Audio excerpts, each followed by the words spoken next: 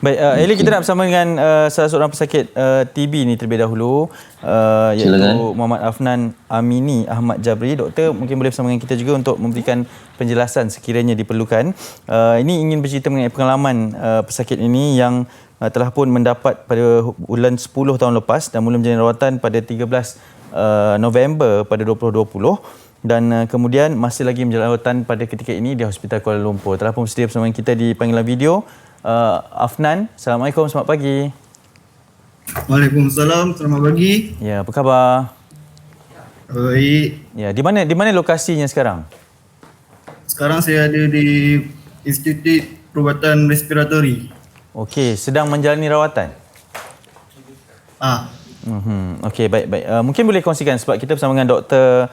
Zamzulina Abu Bakar juga, salah seorang pakar perubatan respiratori dari KKM. Mungkin boleh kongsikan terlebih dahulu keadaan anda sekarang dan bagaimana sebenarnya permulaan ketika didiagnos mengalami penyakit TB ini. Silakan.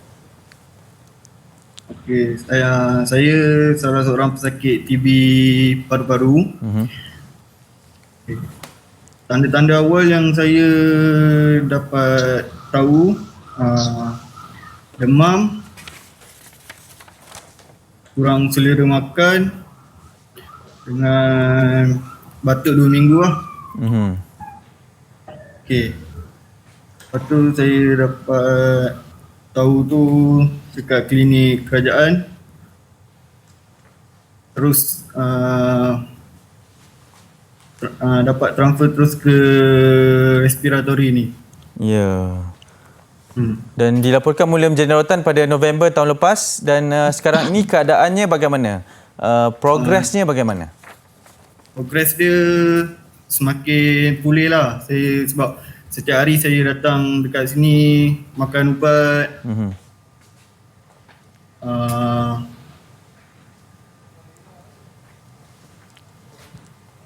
Jangka rawatan untuk pesakit TB minimum 6 bulan. 6 bulan perlu menjalani rawatan tersebut.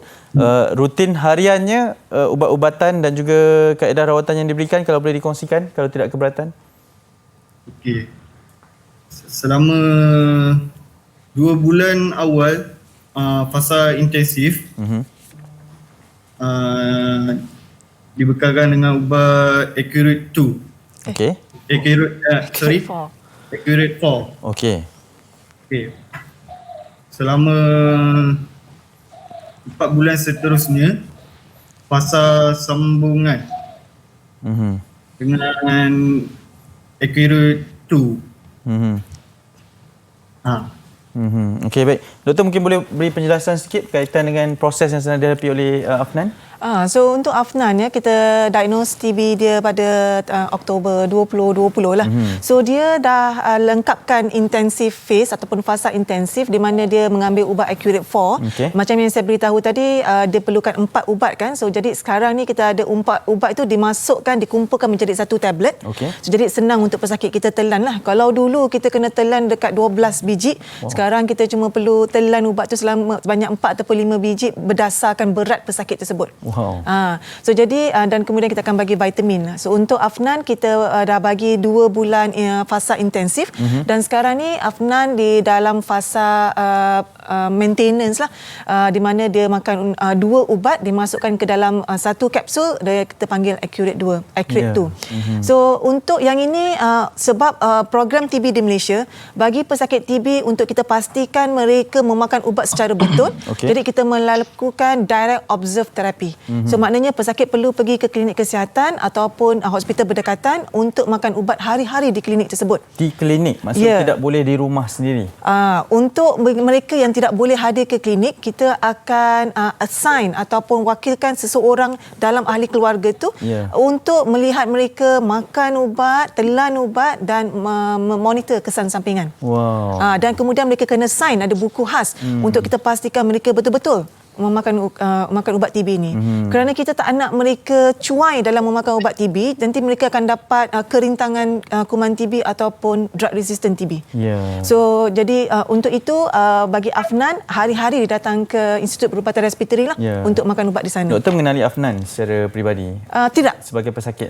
Pesakit saya baru kenal semalam. Oh, baru kenal semalam. Okey Afnan, betul lah apa yang dikatakan oleh doktor ni? Maksudnya awak perlu hadir ke hospital ataupun di pusat respiratory itu setiap hari sepanjang tempoh 6 bulan ini, dipantau dan mungkin boleh kongsikan pengalaman siapa pegawai yang memantau, bagaimana pengalaman ataupun keadaan sebenarnya untuk datang hari-hari tersebut dan 4 ke 5 biji ubat sehari yang perlu diambil ni Afnan.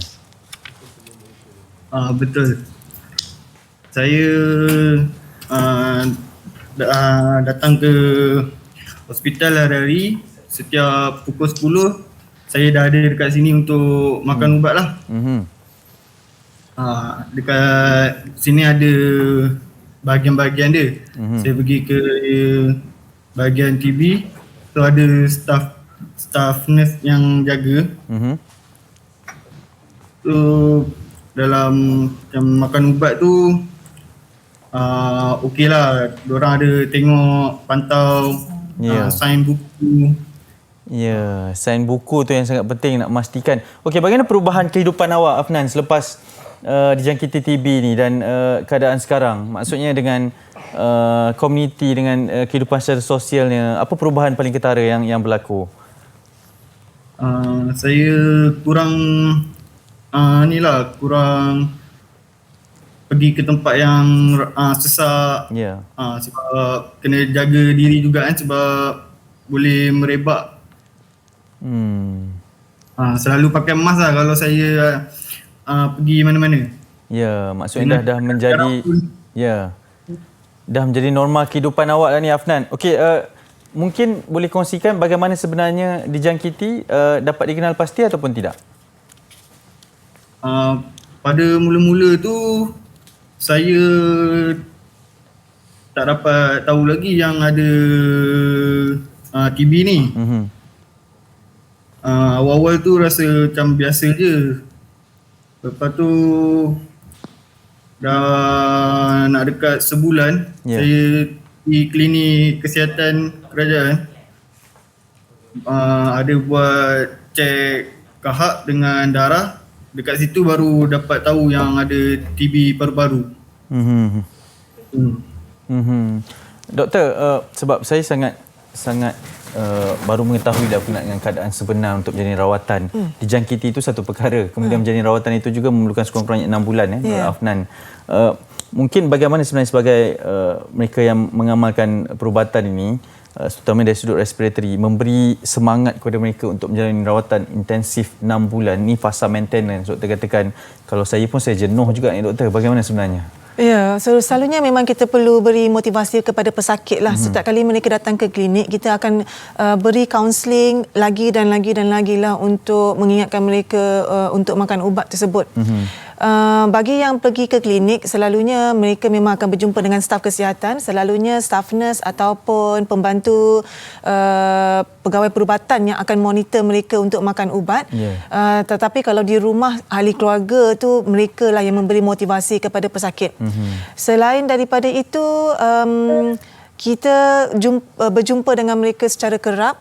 Sebarang masalah mereka boleh datang ke klinik, dan selalunya kita akan pantau mereka setiap sebulan ataupun 2 bulan sekali lah untuk beri mereka motivasi.